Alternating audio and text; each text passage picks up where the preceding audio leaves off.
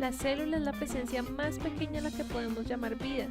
Hoy en día este concepto es evidente, pero tuvieron que pasar por lo menos 300 años de descubrimientos para llegar a estas conclusiones.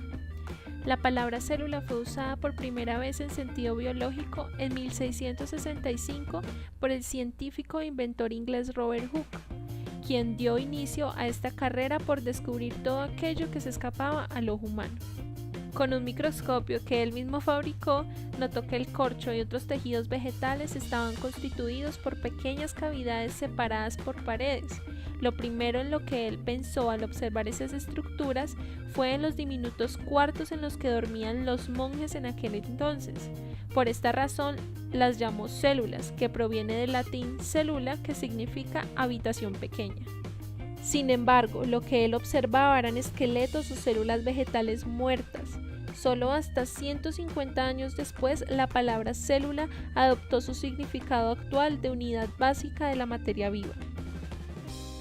Después, en la década de 1670, Anton van Leeuwenhoek, un holandés comerciante de telas a quien le obsesionaba perfeccionar sus productos y las cosas pequeñas, comenzó a experimentar con lupas hasta desarrollar su propio sistema de fijación para lentes biconvexas con más de 250 veces de aumento. Casi sin darse cuenta, logró el microscopio más avanzado de la época, con el que pudo describir pequeños animales dentro de una gota de un lago y bacterias que se encontraban en los dientes. Cuando él escribió acerca de sus descubrimientos, no las llamó bacterias tal como las conocemos hoy en día, él las llamó animálculos, porque para él se veían como pequeños animales. Esta fue la primera vez que descubrieron que existían organismos tan pequeños que antes eran desconocidos para la humanidad. Pese a que es una confusión habitual, Leeuwenhoek no fue el primero que observó un espermatozoide, pero sí fue la primera persona que lo reconoció, algo casi más importante que un simple descubrimiento. En 1677, un estudiante de medicina llamado Johann Hamm le comentó que había visto unos pequeños animálculos en el semen. Hamm pensaba que estos pequeños animales eran fruto de la putrefacción del líquido seminal. Leeuwenhoek, al contrario, supuso que se trataba de un componente habitual del semen y realizó la primera descripción detallada de los espermatozoides. No solo eso, en aquella época los expertos creían que la fecundación ocurría gracias a ciertos vapores que emanaban del esperma. Él fue la primera persona que propuso que los espermatozoides entraban dentro de los óvulos, aunque lamentablemente nunca pudo observar el proceso. Casi 200 años después, en 1824, René Dutrochet fue el primero en establecer que la célula era la unidad básica de la estructura, es decir, que todos los organismos estaban formados por células. Para 1838, dos científicos alemanes descubrieron algo que hoy en día podemos encontrar bastante obvio, lo que hoy conocemos como la teoría celular. El primer científico fue Matthias Schleiden, un botánico que durante muchos años estudió diferentes especies de plantas bajo el microscopio. Llegó a la conclusión de que todos los tejidos vegetales estaban formados por unidades a las que llamó células, obviamente haciendo referencia a Hooke. Al año siguiente, el zoólogo Theodor Schwann extendió las conclusiones de Schleiden hacia los animales, diciendo que en el reino animal pasaba exactamente lo mismo. Teodoro inmediatamente le envió cartas a otros científicos que trabajaban en el mismo campo. Se reunió con Matías y los dos comenzaron a trabajar en los comienzos de la teoría celular. Una discusión surgió ante ellos en cuanto a que las células provienen de células preexistentes.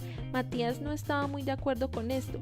Para él las células surgían de manera espontánea. Fue entonces en 1858 cuando otro científico llamado Rudolf Virchow intervino con investigaciones en citogenética que demostraron que las células vienen de otras células, llegando a la conclusión que las células surgen de células preexistentes.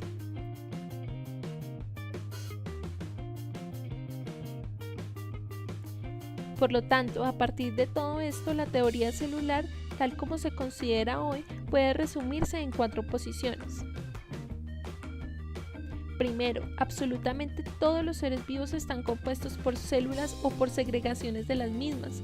Los organismos pueden ser de una célula, unicelulares, o de varias células, pluricelulares. es decir, que la célula es la unidad estructural de la materia viva y una célula puede ser suficiente para construir un organismo.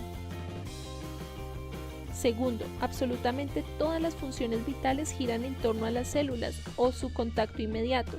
La célula es la unidad funcional de la vida. Cada célula es un sistema abierto que intercambia materia y energía con su medio.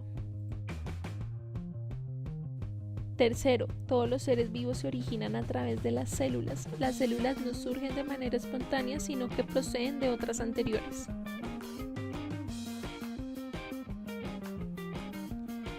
Y cuarto, las células contienen el material hereditario y también son una unidad genética. Esto permite la transmisión hereditaria de generación a generación. Si consideramos lo anterior, podemos decir que la célula es nuestra unidad estructural, ya que todos los seres vivos están formados por células. Es la unidad de función porque de ella depende nuestro funcionamiento como organismo, y es la unidad de origen porque no se puede concebir a un organismo vivo si no está presente al menos una célula.